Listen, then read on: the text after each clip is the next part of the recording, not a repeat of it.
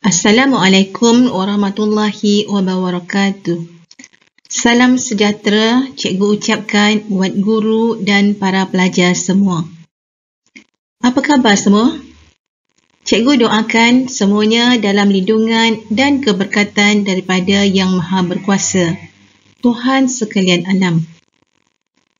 Pada kali ini kita akan belajar bab 1, iaitu warisan negara bangsa. Kita akan lihat bahagian pengenalan dahulu dan kita akan bincangkan perinciannya seterusnya.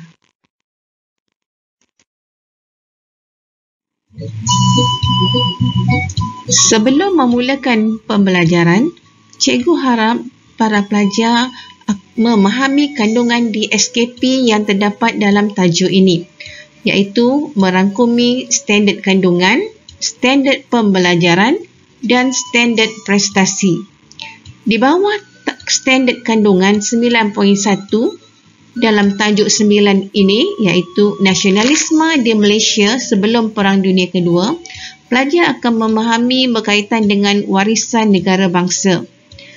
Dalam standard pembelajaran, pelajar perlulah memahami pertama, iaitu berkaitan dengan latar belakang negara sebelum kedatangan Barat. Yang kedua, pelajar boleh menerangkan ciri negara bangsa sebelum kedatangan Barat. Yang ketiga, pelajar juga boleh menjelaskan keunggulan sistem pentadbiran dan undang-undang sebelum kedatangan Barat. Dan yang keempat, pelajar juga boleh menghuraikan hubung kait peranan rakyat dan pemerintah dalam pemerintahan sebelum kedatangan Barat. Di bawah standard pembelajaran juga, ada nilai kewarganegaraan yang perlu difahami oleh pelajar. Contohnya, K9.1.5, pelajar dapat menerangkan kepentingan kesetiaan kepada raja dan negara. 9.1.6, pelajar juga boleh menjelaskan rasa bangga terhadap warisan negara bangsa. 9.1.7, pelajar boleh menghuraikan kepentingan kepimpinan untuk kemakmuran negara, manakala 9.1.8, pelajar boleh mentafsir kepentingan mematuhi undang-undang untuk kesejahteraan negara. Manakala dalam standard prestasi, pelajar dinilai melalui tahap penguasaan di bawah tajuk ini, iaitu ia dibahagikan kepada tahap penguasaan 1, di mana pelajar boleh menyatakan pengetahuan berkaitan warisan negara bangsa. Tahap penguasaan 2, pelajar boleh menjelaskan pengetahuan yang sesuai tentang warisan negara bangsa beserta contoh. Tahap penguasaan 3, pelajar boleh mengklasifikasikan pengetahuan tentang warisan negara bangsa. Tahap penguasaan 4, pelajar boleh mencerakinkan maklumat tentang warisan negara bangsa. Tahap penguasaan 5, pelajar boleh membuat penilaian tentang kewajaran memelihara warisan negara bangsa. Dan tahap penguasaan yang paling tinggi, iaitu 6, di mana pelajar boleh menjana idea bagi mengekal dan mempertahankan warisan negara bangsa.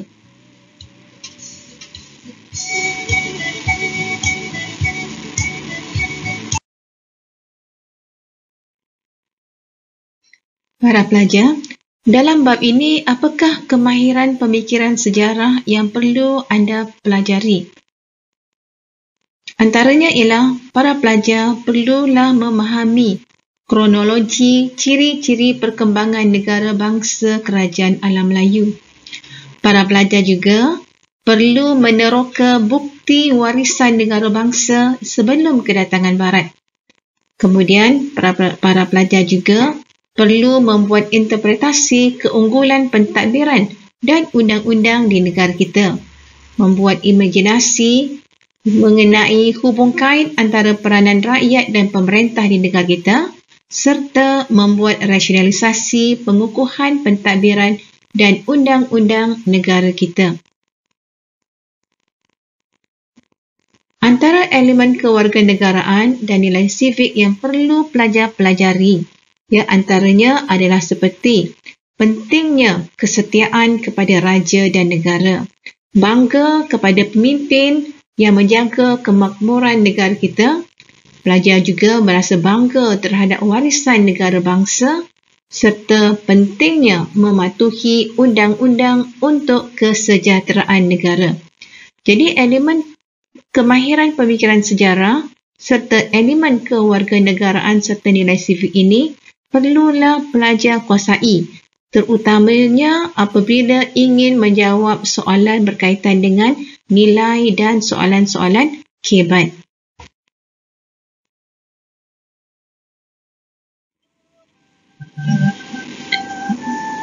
Paparan ini menunjukkan 10 bab yang akan kita belajar untuk melengkapkan pembelajaran sejarah KSSM tingkatan 4.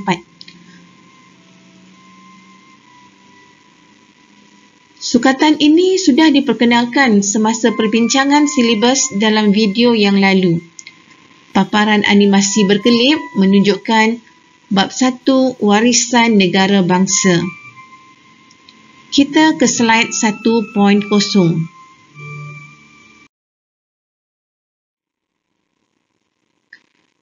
Slide ini akan membincangkan bab 1, iaitu berkaitan dengan warisan negara bangsa. Dalam bab ini, kita akan membincangkan 4 subtopik utama, iaitu 1.1 pra-kedatangan Barat, 1.2 berkaitan dengan pentadbiran dan perundangan dalam Kerajaan Kesultanan Melayu Melaka, 1.3 berkaitan dengan ciri negara bangsa Melaka dan 1.4 berkaitan dengan peranan pemerintah dan rakyat. Baiklah pelajar, sekarang kita mula meneliti aspek pembelajaran iaitu 1.1 berkaitan dengan pra-kedatangan Barat ataupun sebelum kedatangan kuasa penjajah. Sila rujuk paparan sub sebelah kanan atas.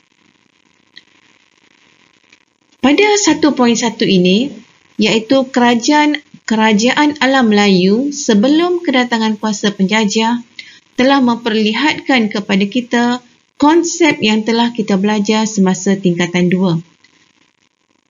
Amalan konsep daulat, derhaka dan tulah menjadikan penduduk alam Melayu amat menyanjungi pemerintah, terutama Raja Melayu.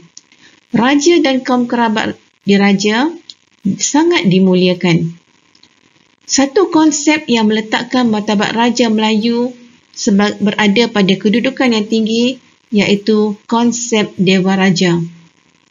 Konsep Dewa Raja di mana Raja dianggap sebagai wakil Tuhan ataupun bayangan Tuhan.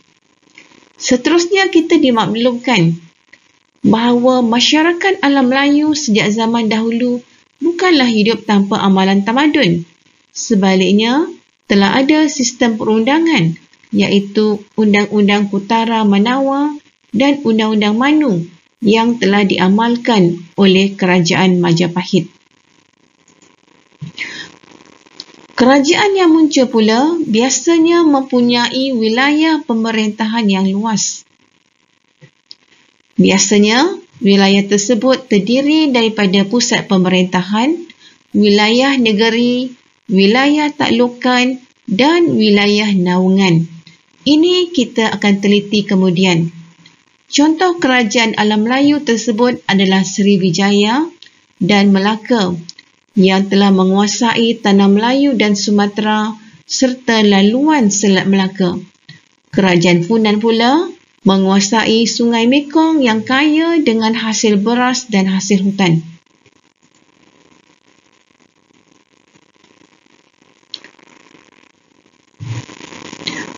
Paparan 4 menerangkan kepada kita bagaimana amalan konsep kesetiaan iaitu konsep derhaka dan tulah.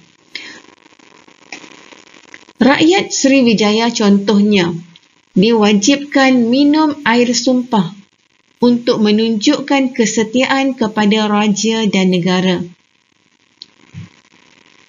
Seterusnya, kita tengok pula kemunculan kerajaan alam Melayu secara kronologi dan cikgu juga akan menyenaraikan kerajaan lain yang kita tidak belajar tetapi untuk makluman pelajar sahaja.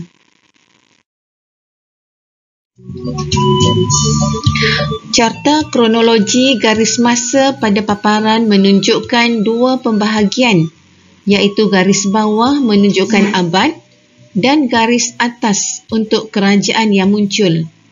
Garis bersilang bertanda kosong adalah pemisah antara sebelum Masihi dan Masihi.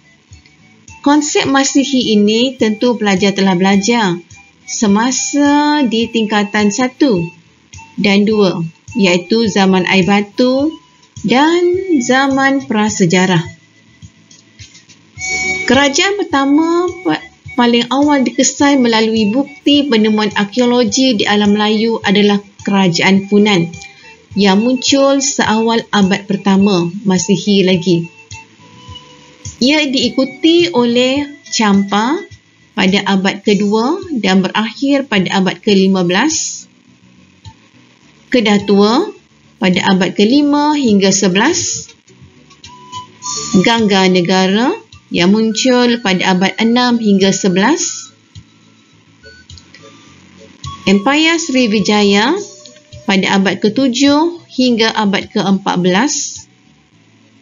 Kerajaan Angkor pada abad ke-9 hingga abad 16. Kerajaan Majapahit abad ke-13 hingga abad ke-15. Empayar Kesultanan Melayu Melaka yang muncul pada abad ke-15. Kemudian digantikan dengan Kerajaan Johor pada abad yang ke-16 dan seterusnya kemunculan kerajaan-kerajaan yang lain seperti Brunei, Langkasuka, Manila, Makassar, Jambi, Samudra Pasai, Aceh, Perlak, Pedir dan Demak. Itu adalah antara kerajaan-kerajaan yang muncul kemudian.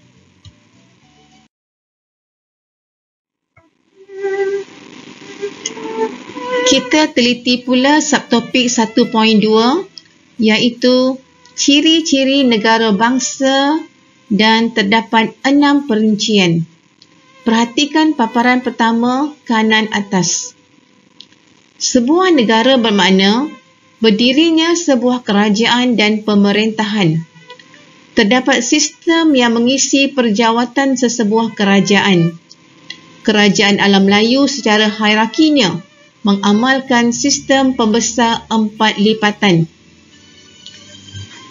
Nama raja kemudiannya ditukarkan kepada istilah sultan apabila alam Melayu menerima dan mengamalkan agama Islam. Paparan kedua membicarakan tentang konsep rakyat. Rakyat Kesultanan Melaka contohnya terdiri daripada 3 demografi, iaitu mereka yang tinggal di pinggir pantai yang terdiri daripada orang Melayu dan orang laut, kawasan kampung atau desa yang didiami oleh orang Melayu dan kawasan pedalaman yang didiami oleh orang asli. Kesemua kaum Melayu dan sub-etnik Melayu amat menyanjungi serta taat kepada raja dan kerajaan Melaka. Pada paparan ini kita diterangkan maksud kedaulatan yang amat penting bagi sesebuah kerajaan dan pemerintahan. Kedaulatan juga bermaksud kewujudan sesebuah kerajaan itu diiktiraf. Contohnya, pengiktirafan kerajaan Kesultanan Melayu Melaka oleh kerajaan Cina dan Siam. Konsep wilayah pengaruh pula terdiri daripada 2 istilah, iaitu taklukan dan naungan, serta ada juga melalui hubungan perkahwinan. Konsep naungan dan taklukan akan kita lihat di akhir paparan. Perkahwinan pula berfungsi mendamaikan dan mengeratkan hubungan antara dua kerajaan. Contohnya, perkahwinan Sultan Melaka dengan Puteri Majapahit dan juga dengan Puteri Samudra Pasai serta Puteri Hang Lipo dari China. Ciri kelima adalah amalan sistem perundangan yang menjadi rujukan dan amalan pemerintahan seperti Hukum Kanun Melaka dan Undang-Undang Laut Melaka yang berfungsi besar melindungi rakyat dan pedagang. Ciri terakhir pula adalah berkaitan dengan konsep negara bangsa, iaitu lambang kebesaran. Antara lambang kebesaran tersebut adalah seperti adat istiadat, alat kebesaran, muzik diraja, warna kuning, payung, cap mohon, keris dan persalinan. Wilayah taklukan merujuk wilayah yang diperolehi melalui peperangan, seperti wilayah taklukan Melaka. Contohnya, Jambi, Rokan, Siak, Kampar, Indragiri dan Linggi. Wilayah naungan terjadi apabila sebuah kerajaan kecil bersedia secara sukarela untuk dinaungi oleh kerajaan yang lebih besar, dan sebagai balasan, negara itu akan dijaga keselamatan dan kedaulatannya oleh kerajaan yang besar, manakala negeri naungan biasanya akan menghantar ufti dalam bentuk yang dipersetujui bersama. Selain daripada itu, konsep naungan juga boleh terjadi kesan hubungan persahabatan dan perkahwinan.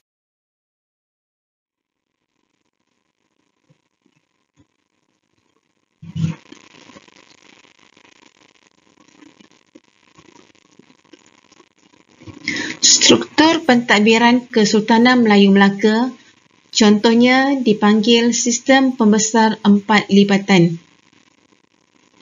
Sistem pembesar 4 lipatan terdiri daripada pembesar berempat, pembesar berlapan, pembesar 16 dan pembesar 32. Ia diketuai oleh Sultan sebagai lapisan teratas dan merupakan golongan pemerintah. Pembesar tertinggi adalah pembesar berempat yang terdiri daripada bendahara, temenggung, laksamana dan penghulu bendahari. Pembesar berlapan pula merupakan lapisan hierarki kedua, dan ia terdiri daripada syah bandar, orang kaya, hulu balang, bentara, penghulu dan tok batin. Golongan pemerintah yang ketiga adalah pembesar 16 yang terdiri daripada pembesar jajahan, manakala pembesar 32 pula adalah pembesar peringkat kampung dan daerah serta golongan agama. Itulah hierarki ataupun lapisan pentadbiran peringkat pembesar, dan mereka juga dikenali sebagai golongan pemerintah. Untuk lebih menambahkan kefahaman pelajar, cikgu tambahkan lapisan seterusnya, iaitu hierarki kedua terbawah yang terdiri daripada peniaga, pedagang, agamawan, pekerja istana, manakala hierarki terbawah sekali terdiri daripada rakyat, petani, nelayan, penternak dan lainnya. Jadi, dua lapisan terbawah ini dipanggil sebagai golongan diperintah. Jadi, hierarki pentadbiran Kerajaan Kesultanan Melayu Melaka terdiri daripada golongan pemerintah dan golongan diperintah. Sekian para pelajar. Cikgu harap Penjelasan ini dapat memberi penerangan dan pendedahan kepada para pelajar untuk memahami isi-isi perbincangan yang telah kita bincangkan. Kita akan sambung dalam slide yang lain untuk perbincangan serta penjelasan topik-topik yang lain pula. Jadi, berjumpa semula dan akhirnya cikgu akhiri dengan ucapan semoga maju jaya.